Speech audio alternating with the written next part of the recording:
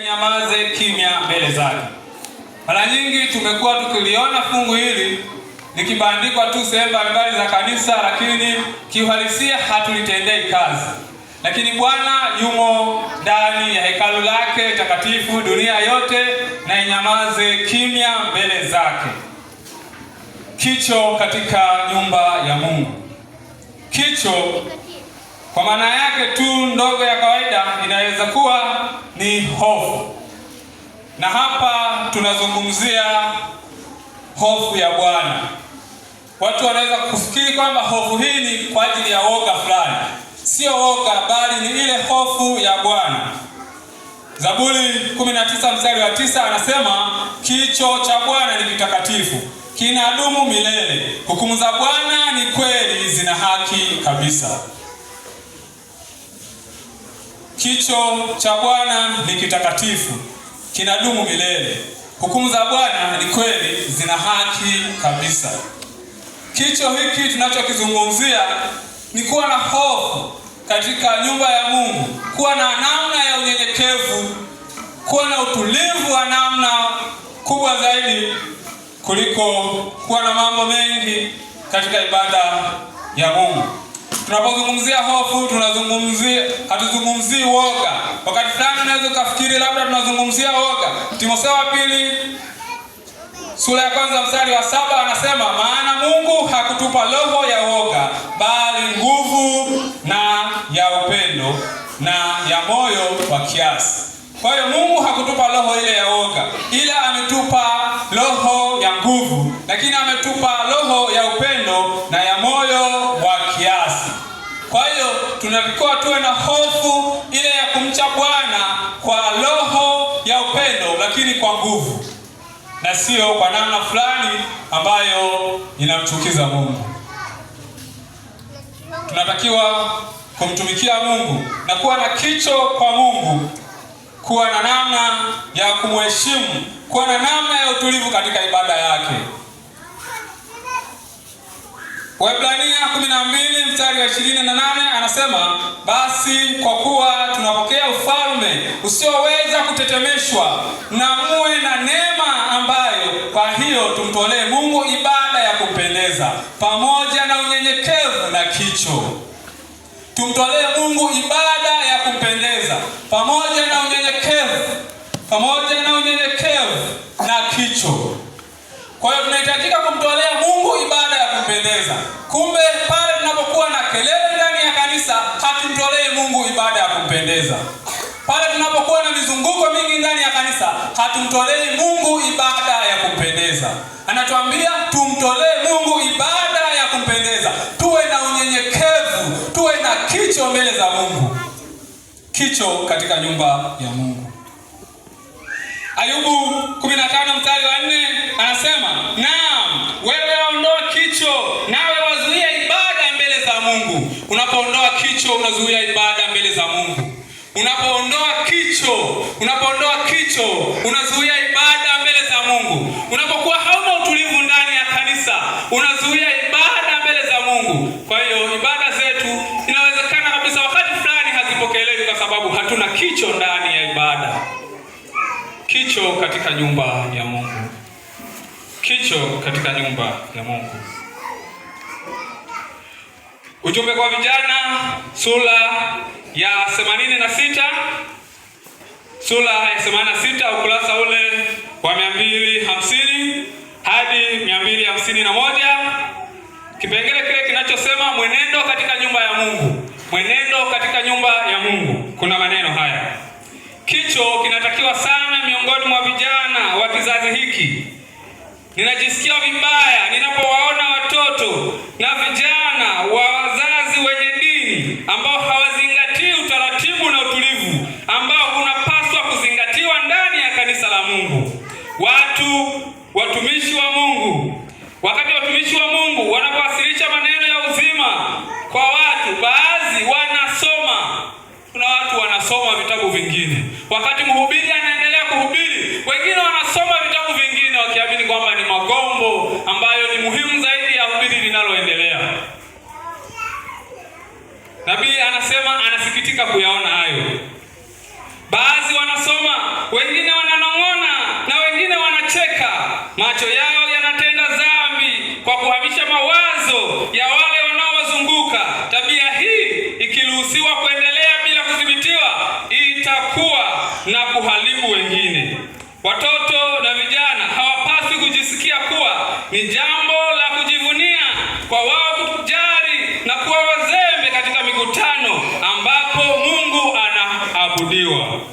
Mungu huona kila wazo au tendo lisilokuwa na maana na linarekodiwa katika vitabu vya mbinguni.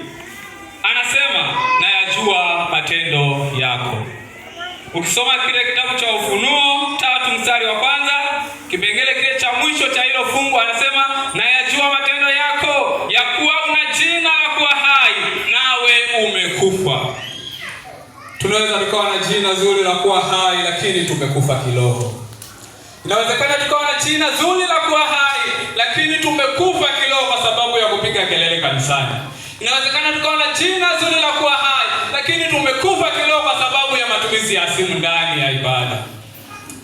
Wakati fulani tunamsubirisha Mungu tukimwambia, Mungu subiri nipokee simu ya rafiki yangu. Mungu subiri nipokee simu ya baba yangu. Mungu subiri nipokee simu ya mke wangu. Mungu subiri nipokee simu ya mume wangu. Tunamsubirisha Mungu.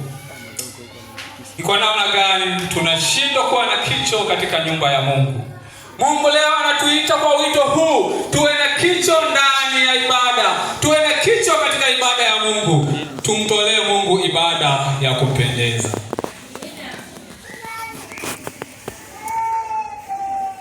Tumaini Kuu sura ya 2, ukurasa ule wa 32, kipengele kinachosema makundi mawili kanisani. Inawezekana ujumbe huu tukausikia, lakini lazima tu utakuwa na makundi mawili. Inawezekana kundi lile lingine likakwambia ujumbe huu haufai kitu chochote, kwa sababu hawahitaji watu waweze kuokolewa. Maandiko matakatifu yanatuambia siku zote kuna makundi mawili. Tukisoma kitabu kile cha Tumaini Kuu sura ya 2, ukurasa ule wa 32, anasema siku zote huwa kuna makundi mawili miongoni mwa wale wanaodai kumfuata Kristo. Wakati kundi moja linajifunza maisha ya Mwokozi na kutaka kwa dhati kushinda dosari zao na kufanana na yeye aliye kielelezo, kundi lingine linaepuka ukweli ulio dhahiri unaofaa kutumika maishani, ambao unafunua makosa yao. Hata kipindi kanisa lilipokuwa katika hali nzuri kuliko vipindi vingine vyote, sio wote waliokuwa wakweli na waaminifu kanisani. Yuda aliwekwa pamoja na wanafunzi ili aweze kuona makosa yake kwa njia ya maelekezo na mfano wa Kristo. Lakini kwa kuendekeza dhambi, alikaribisha majaribu ya Shetani. Alikuwa anakasirika wakati makosa yake yanakemewa, na jambo hilo lilimfanya amsaliti Bwana wake. Soma Marko 14 mstari wa 10 na wa 11. Kwa hiyo inawezekana tunaposema tuwe na kicho katika nyumba ya Mungu, kuna watu wakakasirika, lakini ujumbe wa Mungu uko wazi. Tunatakiwa kuwa na kicho mbele za Mungu ili tumtolee Mungu ibada ya kumpendeza. Ili tumtolee Mungu ibada ya kumpendeza, tunatakiwa tuwe na kicho mbele za Mungu. Tuache minong'ono, tuache mazungumzo. Tusiwazungumzishe wenzetu walio jirani zetu. Wakati fulani unamuonyesha mwingine, hebu ona hii dondoo, ukihisi kwamba ndio itamwokoa, kumbe alitakiwa kusikia ujumbe wa siku hiyo ambao mhutubu anautoa. Mungu atusaidie sana tuwe na kicho katika nyumba yake. Inawezekana miongoni mwetu kuna watu wanataka kusahihisha dosari zao zilizokuwa zinawatoa kwenye hali ya ibada. Wanahitaji kuwa na umakini katika ibada ili wajifunze kupitia ujumbe unaotolewa na mhubiri. Inawezekana kuna ambao wanahitaji kubadilisha maisha yao, wanahitaji kujitoa kikamilifu, kuwa na unyenyekevu na kuwa na kicho katika ibada ya Mungu. Hebu wasimame ili kusudi tujiweke mikononi mwa Mungu. wale wanaotamani kwamba wawe na kicho katika ibada ya Mungu, wanaotamani wafanye ibada ya kumpendeza Mungu, waachane na kelele na fujo ndani ya ibada. Mungu atusaidie sana tuweze kuwa na kicho katika ibada yake. Nimkaribishe mzee wa kanisa aje atuweke mikononi mwa Mungu. Mzee Philbert, karibu.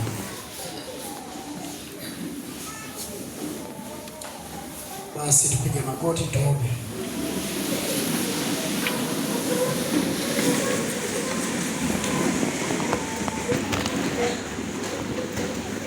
Tuombe.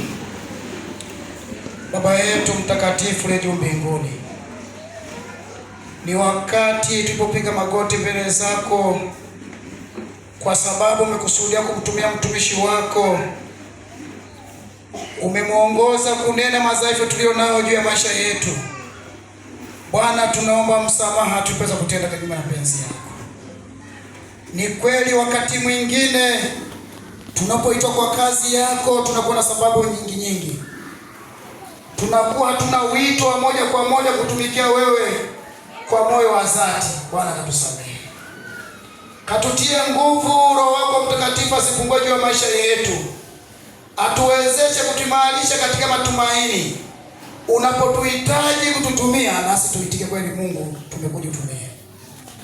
Lakini Bwana, tuwe na hekima katika ibada.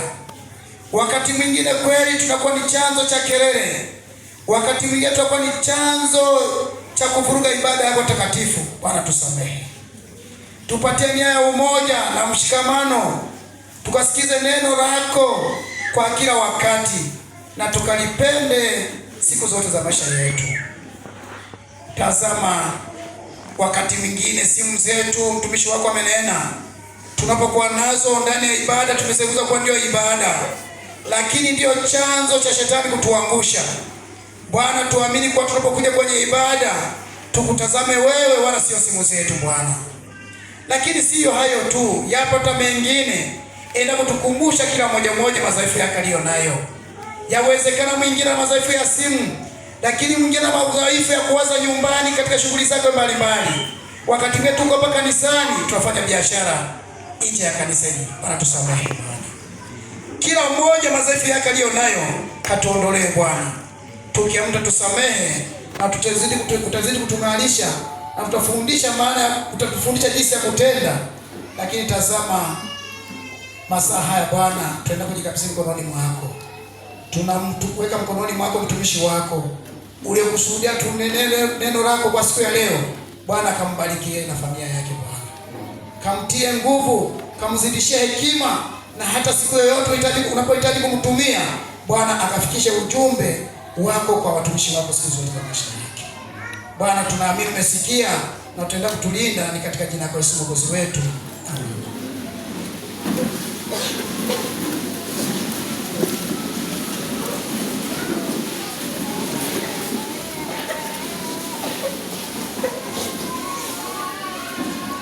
Wangapi wamebarikiwa na ibada ya leo?